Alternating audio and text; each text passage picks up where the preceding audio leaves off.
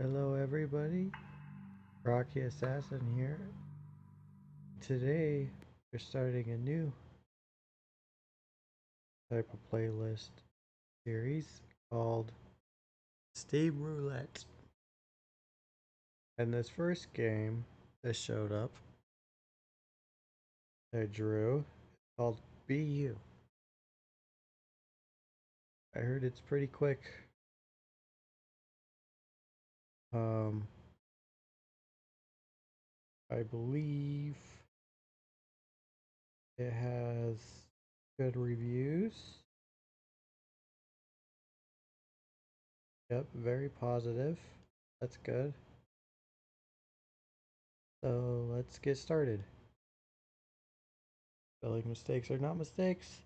They're little Easter eggs for you to find. See if you can find them all. How dare you think I'm bad at typing?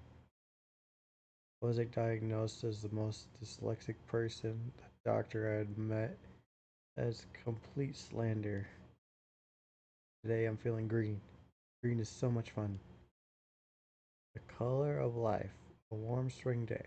So call me. Filled with sirens' call of nature, but under the surface there's so much rot. An infected cut. The eerie pallor on someone's face as they throw up what we think as a color of poison, a radioactive meltdown. Nearly every Disney villain is enshrined in green when their big number comes. Contradiction, life and death, growth and decay. That's why green's so fun. So that's how I'm feeling today. Green. How are you feeling? Um, see. How about black? What do you prefer, day, dusk, or midnight? I prefer day. Your favorite book? Books are for nerds. All the cool kids play Vibio games. Vibo games. Fantasy death. Books are for nerds. You can save the world. Find true love. Visit lands of unimaginable beauty and wonder. But in the end, it's all just ones and zeros. What gender are you? Male. Yeah, Louise is too lazy to draw a boy and a girl character model. Or I am just making a profound statement about how gender doesn't matter, we're all the same. Wait a second. I really should have said that and not the lazy thing. Lewis, remember to go back and edit this out. Be you. See a young person standing in their bedroom. Today is their 12th birthday, and this will be the most important day of their life. You are wondering about what present your dad will get you this year. Last year you asked for a pet. Pet dog. Your, your dad got you a dog. You were terrified of dog when you were little. So your dad got you, wanted to show that they were okay and there was no need to be scared. Let's just say it didn't work. You always look forward to walkies. Oh, not because you want a happy stroll with your dog. Your dad goes for walks with them instead, and you're finally left in peace without that woofing mad thing. How about some cereal to start the day? Gingerbread man in the cereal, all natural, extreme nummy nuts with a totally radical surprise.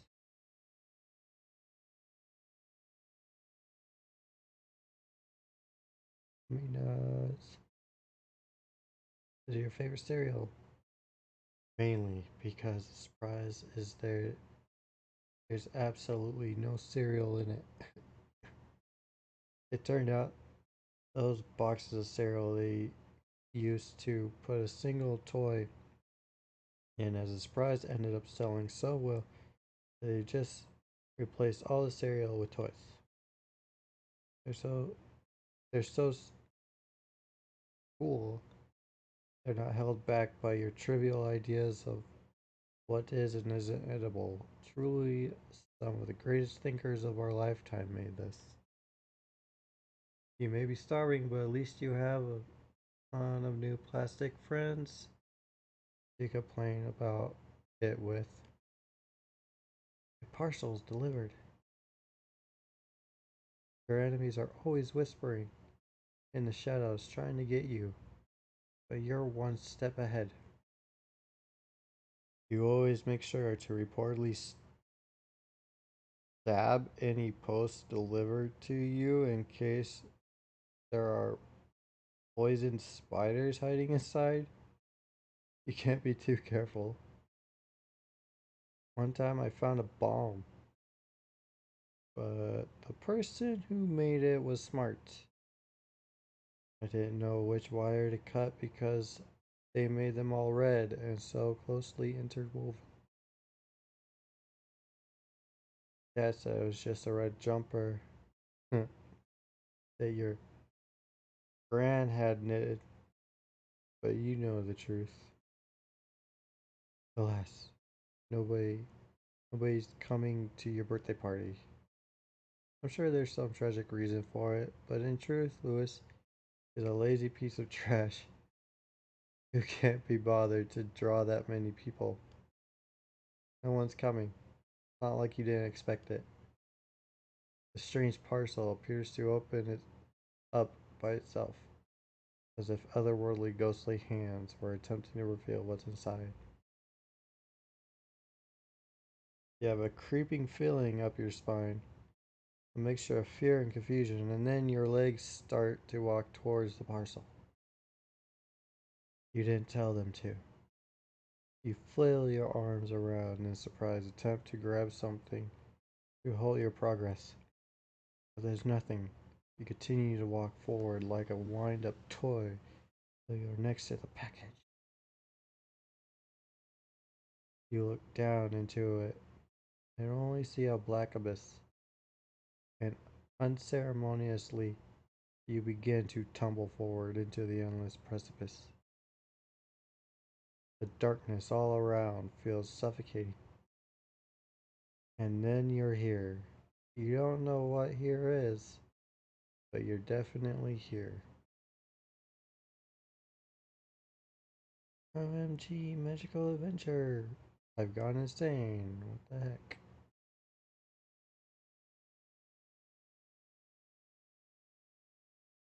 Yeah, I've gone insane. Oh gosh, it's finally happened. I've gone insane. I honestly didn't think it would take this long.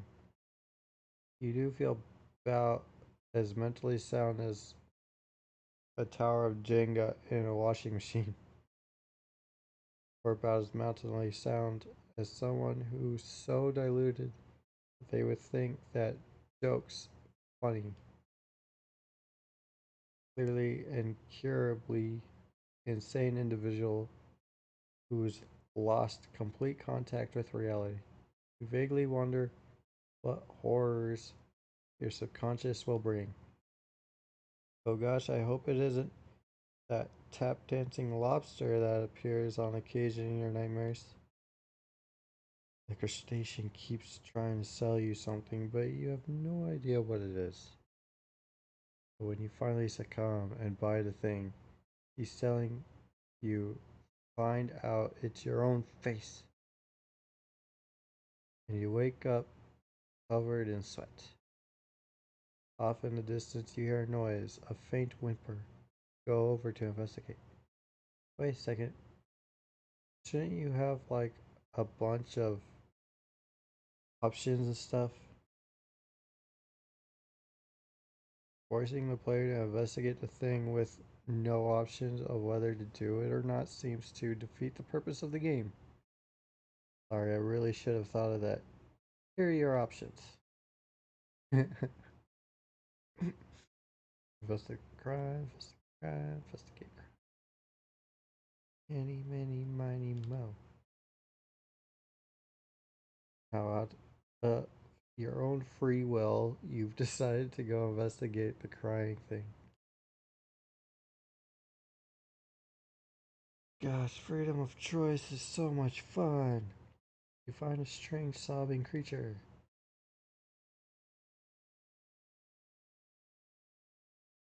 Kick and scream avocados. Check the creature more closely. Console it. Oh gosh, I'm sorry you're crying. There's probably nothing I could do to help, but I felt like that. I know what it feels like to be cold and alone. To feel like the whole world's out to get you. My words may sound hollow. Oh, frick. No. Whatever. I'm gonna do my best to try anyway. After the darkness comes a noise, a strange chirping, like a songbird's got stuck in a church organ. The strange creature begins to frantically back away, dragging itself across the ground with its hands. Its bottom half uselessly trailing behind it like the end of some grotesque slug. Um,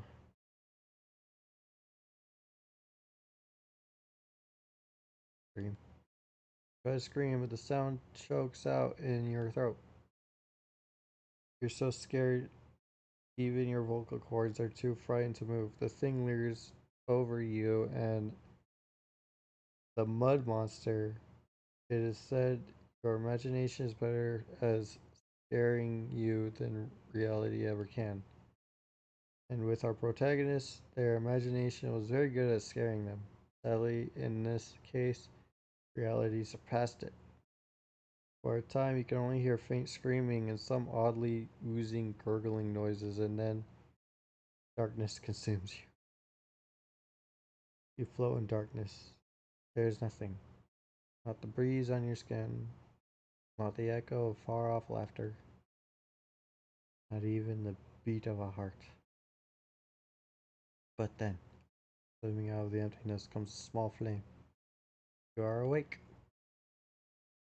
You appear to be sitting next to a table with a small cake in front of you. You hear muffled words. Sorry it took so long for me to make the cake. Someone came around and I was a tad occupied. You must have dazed off while you were waiting. You hear these words, but somehow the words feel jumbled, faded. Your mind is rushing with the sheer insanity you just underwent. Was it a dream? If so, that's a massive absent cop out. Massive cop out. I mean, the worst writing convention the world's ever seen. But was it a dream? Da da da. Guess if Lewis can ever be bothered to make a sequel, you might find out. Suddenly, that faded voice comes back into focus. Sorry for keeping you waiting, but can you please blow the candle out? You've been staring into the middle distance for like 12 minutes, and I do have a company to attend to, you know. You look at the glimmering flame, and you wonder if anything you've just experienced matters. If in the future you look back with pride or fear or have simply forgotten, you breathe a deep sigh. You breathe in deeply, and then blowing sound effect. What will you be? 20 years into the future, you become a world renowned psychologist. Your deep understanding of fear and grief leading to therapies that save countless lives. Your book, you're a piece of crap and that's okay. I am too. Becomes a global bestseller. Your skills in psychology and therapy are so powerful that the world governments come together to send you back in time to use your therapy powers due to the racist by the Nazis and make Genghis Khan chill the F out.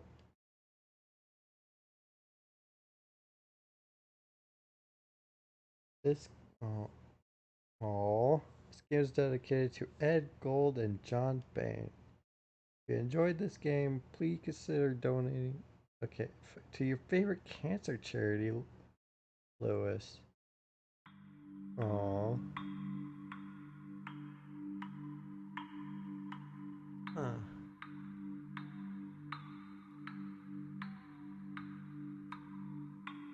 That's really cool.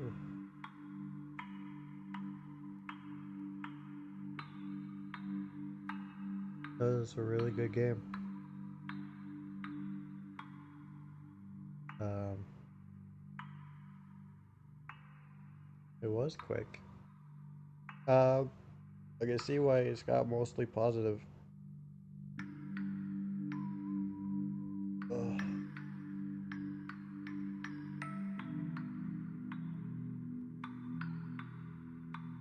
so sad.